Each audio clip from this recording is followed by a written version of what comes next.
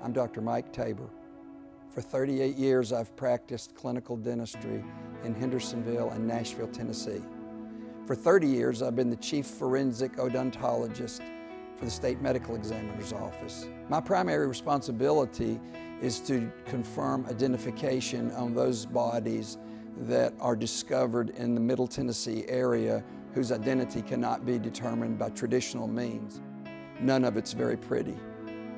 Dentistry has been the backbone of forensic identification for years because the teeth are so resilient. It's the hardest substance in the body, it's harder than bone, and as a result of that, teeth will remain after the hottest petroleum-based fire.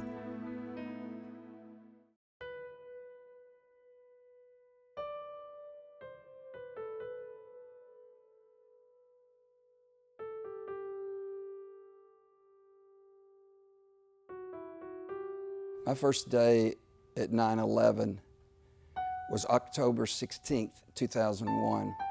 I really didn't know what to expect when I got there.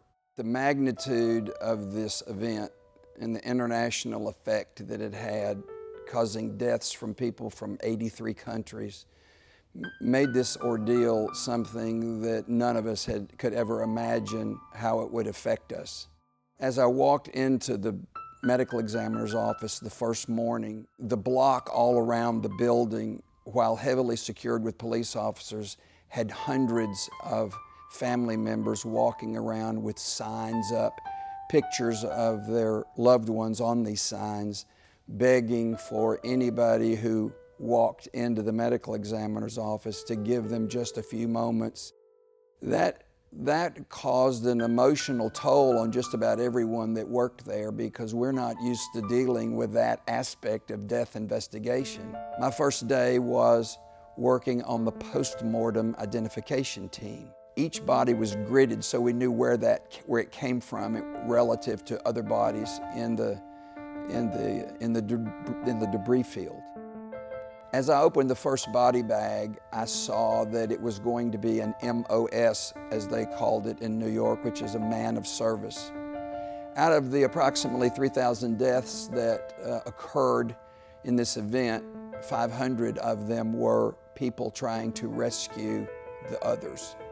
I opened my first body bag and I saw a fireman's hat smushed in half. I looked down at his uniform and I took my finger and I rubbed it across his badge because it had a layer of dust and grit on it, and I saw that it said Brown. We made no presumptive IDs in the entire 1 year that we were there. So we went and got the records and we opened the antemortem records as we were taking x-rays of this MOS in the body bag. When we opened it, we saw a letter written by a child on the inside of the folder, and it said, "Dear doctors, thank you for helping to try to find my daddy. He is a firefighter in New York. I sure hope he isn't dead. Thanks a lot for all that you're doing. Love, Alex." And I'm thinking, boy, if this is going to be like this all day, every day, I don't know how long I can do this. Walk of Death is my first novel. It's based on true case files and involves a cold case murder that happened in 1997 and took over a decade to solve, and the only reason it got solved was due to forensic dental science. We were able to use a combination of dentistry and DNA, which had never been done before in our area. Most murders and murder mysteries are about who done it. This one is not who done it, but who is the victim.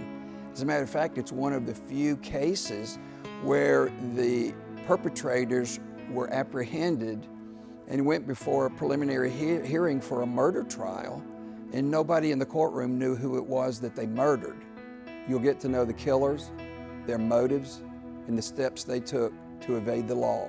You'll get an understanding of forensic dentistry and the role it played in helping bring these killers to justice, after 13 years. I'm Dr. Mike Tabor, and I hope you enjoy reading Walk of Death as much as I enjoyed writing it.